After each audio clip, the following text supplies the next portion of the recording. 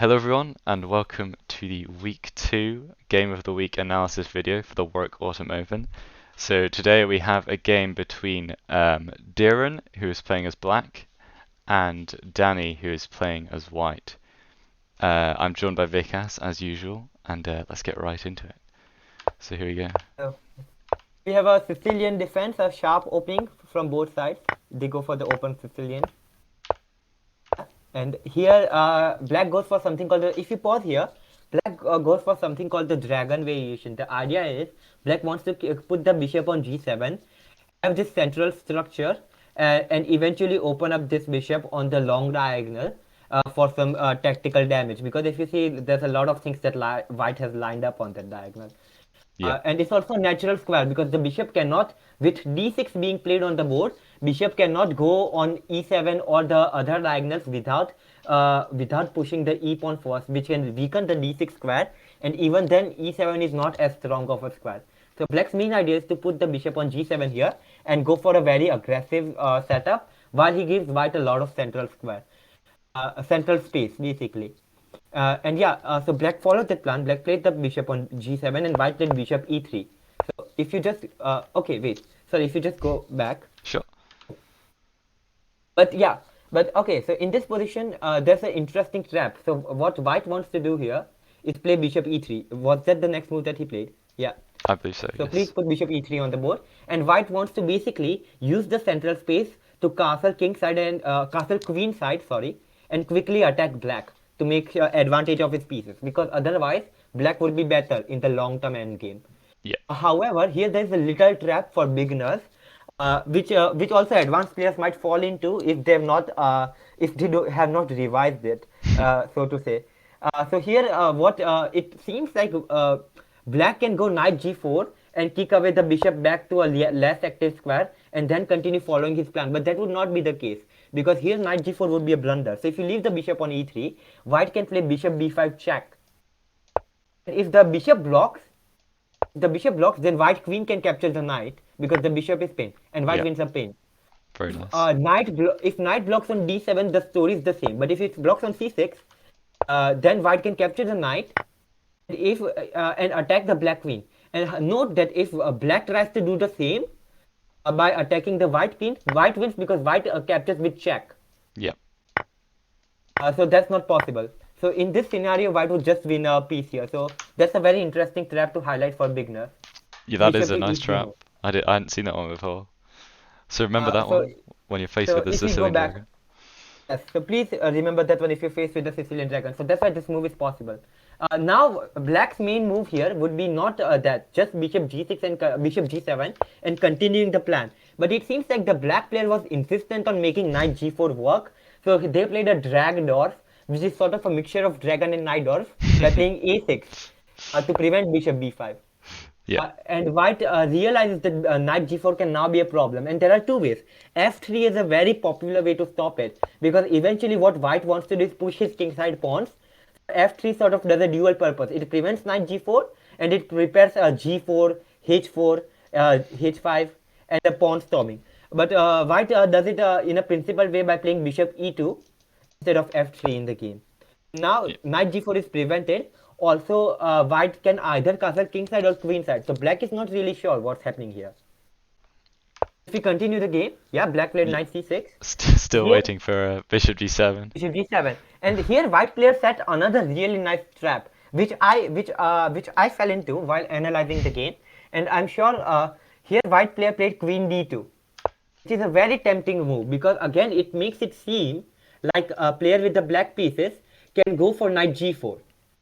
Because now the bishop really does not have any retreat square, and now the knight a6 has already been played. But here the trap is another trap is that a bishop can just capture the knight. Now here we go where white takes massive advantage of his central space and puts knight d5, and black is really out of good moves here. No, knight d5. Knight b5. D5. For dog. Yes. Black is really out of good moves here, because let's say if black plays a normal developing move like bishop g7, white captures on c6, captures, and now white plays bishop white is winning an exchange. Very nice. And, the only way to prevent this threat for black would have been to play something like rook c8 instead of bishop g7. Only way to prevent this would have been rook c8, but Yeah. white still does the same thing. He captures, And now rook captures. and rook captures, Move and he this can way. play something. Yeah, he can play rook captures, and he can now. No. Now no, because then black would just capture and give up the rook. Yeah. Now he can put his bishop or in the center. Prevent, yeah, the idea. Or he can play bishop h6, which is an adventurous move. Because it gives up a pawn to prevent black from castling. Like bishop captures, and rook captures. Gives up a pawn to prevent black from casting. Yeah. And white can castle kingside. That's an adventurous move. But another principal move is just to put the bishop in the center. So if we go back, bishop in the center, and now black has to either concede with f6 or e5 in order to put bishop on g7. Oof. If he does that, then his bishop on g7 is not strong. So white is positionally better. And the knight on Yeah. d5 is now unchallenged. This is something we would see in the Sveshnikov often. But doing that in the dragon structure, white benefits immensely.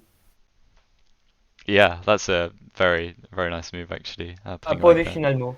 Yeah, So yeah, definitely. I might have missed some other lines, but this is what I thought of the position. But anyway, so yeah, black player does not go for this line. Unfortunately. It was a very nice trap. It was a very nice trap set by white. They continue with their plan, both of them. And yeah, white can castle queenside, black can castle kingside. But here, okay, white makes a very interesting decision. After capturing the knight on c6, first of all, white is giving further. White has taken away d5 square from himself. Then he has given black more central pawns and an open b5. If white ever decides to castle queenside, this will become a problem. White still decides to do this, and let's see how the game continues. So a similar guess that idea he- to one we saw earlier. Trying to get the queen on h6 to prevent castling, but Captures is not forced, so now black can just castle. yeah. Yeah, and which black does, and white castles. Here, black makes use of the open b file, which is very instructive. Yeah. Good to see. Here, let me check if this. Wait. Okay.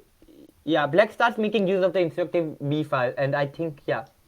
His idea is that he wants to break on the king side before white breaks on the queen side.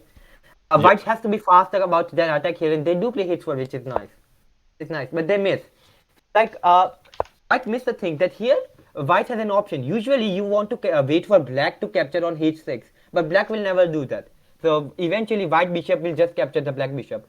Here, white said that I will not waste tempo capturing the bishop before playing h4. And this would be a perfect move from white if there was not a tactical problem. And black makes use of this tactical problem. If viewers at home wants to pause the video here and figure out black's move here, it's a very nice move. That's a really good move. But it was played in the game. So if you just put that move on the board now, Here it is. white has to respond to this because the queen is attacked. He can't just capture the bishop and ignore it. So now let's see what happens if the knight is accepted. Yeah, let's see what happens if the knight is accepted. Bishop captures. Only move, and yeah. Yeah, it's all over. It's all over. It's all over. And Could yeah. probably even do more Probably damage. even do the queen. I was trying to say something like queen a5 or something was better. Like at some point, like if you go back, like here. No. If you go back here. No. Let's go back. No. So like after captures. I see. Yes. No. You play bishop a3. Bishop a3. Okay, I see. And now you put your okay, you can't. Okay, the rooks are good enough to block. Okay, never mind. So yeah, you just win the queen. I would just take the queen. You just win the queen. Yeah, Okay, so that's very what happens if you can't take the knight here because you're losing. Yeah. So this is played in the game. White player continues defending, and now black is better because he has just won a pawn. The knight can't still be captured. So what the black player here does, what I would be tempted to do here is just trade everything. But what black player does is something very interesting. He takes the bishop. Yeah. Now it's the queen must capture, and now he can win the exchange, which is winning. But if I was playing black, I would realize before we capture the exchange, I just want to point something out. Sure. I would realize that I have already won an e4 pawn. My pawn structure is better. If I capture the knight, white would be forced to capture back. Yeah. Now, if I play something like queen a5 or queen b6, I'm pretty much guaranteeing a queen trade, or like something like white queen would soon hurry up to defense. White has not enough time to like mess around. So that is what I would be tempted to do. and just go into that endgame if white wants to offer a queen trade. Like he can't here, but even if he did, like, yeah. But white captures the exchange, and black goes for the exchange, and let's see how that goes. It's also a very good move. And white Still should continues be winning. attacking. Here again, it's worth pointing out that if black captures the rook, if the black player decided to capture the rook, then after rook captures, or even pawn captures first, white can throw in an in between pawn captures, but black would capture with the yeah, correct. And after here, black can defend with the rook. That does not work. So the in between move does not work. Now if here white captures with the rook, black still has time to defend in multiple ways. But yeah, here it's interesting how should black continue actually. Just a second. It's hard to see. Hard to see, really hard to see. I quite like I'm not sure if this works or not, but the idea in the game that was played was Bishop bishop f5 c5.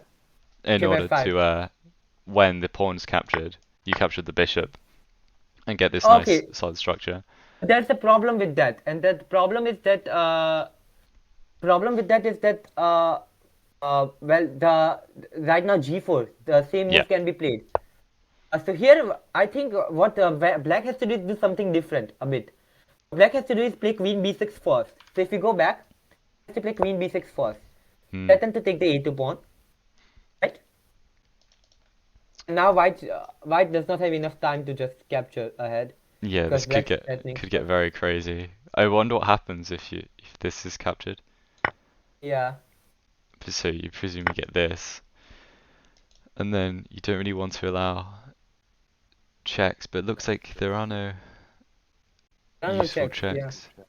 Maybe something like this, but you Oh, but that could- loses, then the white's winning. Okay, let's go Yeah. back. So let's figure out how would black can possibly defend here. So if we go back here, let's try your move. Let's try bishop f5 because very tempting. So if we go back, here. b6, bishop f5, bishop f5. Let's try g4. Yeah, and this is a great move here. I'm pretty sure it's the only good move for Only white good to move play. here. Maybe And, should we go back to the actual game, game? Yeah, because it's Yeah, a similar kind of it thing. might worth analyzing later, but okay. Yeah, so Actual it game- just didn't take the exchange first. Actual game, black did not take the rook because he could not be sure. Of course, it's a very hard calculation. So he could not be sure that after taking the rook, he had enough resources to defend. But playing bishop f5 right away runs into the same idea, and the idea is g4. The problem here for black is that if the bishop is removed, then the same idea works. Yeah, so even though it's attacked twice this time, it doesn't matter. You give up the pawn, and now the bishop is removed. So this move Removed. just wins. And black wins here. White wins here, sorry. So yeah, that is what happened in the game, and black realizes that they kind of have to keep this bishop here, or else. So they end up giving up the piece in order to get their queen there, and therein lies the downfall of black's attack. Unfortunately for Dhiren. And white captures the pawn. Only move to defend mate is queen captures. Then rook g1. Here it's interesting though. I think white made another slight inaccuracy. I'm not sure. It's fine. Okay. Either rook to g1 can be played, but white chose to play the rook dg1, allowing black to capture the other rook. Now after the capture occurs, basically white queen might be a bit more passive. Because now the white queen has to capture the knight. If the other rook came, like either piece or king could have captured either piece. For example, if we go back a couple of moves before, and now if we knight captures on d1, let's say, now you capture the queen, captures, and now you can capture with either piece. Yeah, knight captures. I would be tempted. Yeah, don't. Because now what my idea is that I want to put my bishop on d3 and prepare some sacrifice sometime, if possible. If not, it's just a good position. Like I can eventually reroute my knight to g5, and that would be a problem for black. Yeah, that'd be really good. Okay, really knight useful. goes. Yeah. Yeah, I prefer that move as well. I think at this point though, you're just thinking. It does not matter. You get just about to win the queen. Yeah. So yeah, and after this sequence, white just has such a good. I Okay, mean, and you still have to be careful. black played another sort of weakening move, which is a bit less resistance of again pushing a pawn. Like it's important to keep the d5 square in control. Like black should have defended with something like rook c8 or something. It might have made harder for white, yeah, to break through. Slightly harder, but of course white is still completely winning. But here it makes it a lot quicker. Now white gives the check in. He wins the pawn eventually, and he centralizes the queen. And here black resigns because there's no defending Yeah, the pawn. I think they play a few more moves just to grind it out, Okay. and Oh at this yeah. point, Okay, yeah. They play a few more moves. yeah, there's nothing more to be done here as black. So Very, that very was good. game two. Very good move from both. Sorry, very good game from both sides. Very sharp game, and both sides noticed some really good tactics. I think it's just at the end of the case, what happened is that the sharp position is always hard to defend, and the player with the black pieces could not figure out after capturing the pawn whether he could actually win the exchange or not, because it was a really hard calculation. Just like we couldn't figure out on stream either. Yeah, It's a really let's hard see. calculation. What happens after knight captures? We after knight captures and rook captures. How should black defend here? It's amazingly hard calculation. Yeah, and I think you can see the evaluation bar is still heavily in Yeah, black's favor, even though this looks very scary. So maybe just out of interest, should we turn on yeah. the Should we engine? turn on and see how it defends? Okay. So with this, which Oh, okay. Okay. Engine gives up. Okay. So this is a concept, something known as an umbrella pawn. Basically, white wants to get rid of the H pawn and the G pawn, but by pushing our own pawn, what black has done is that now the H pawn is white's way of attack.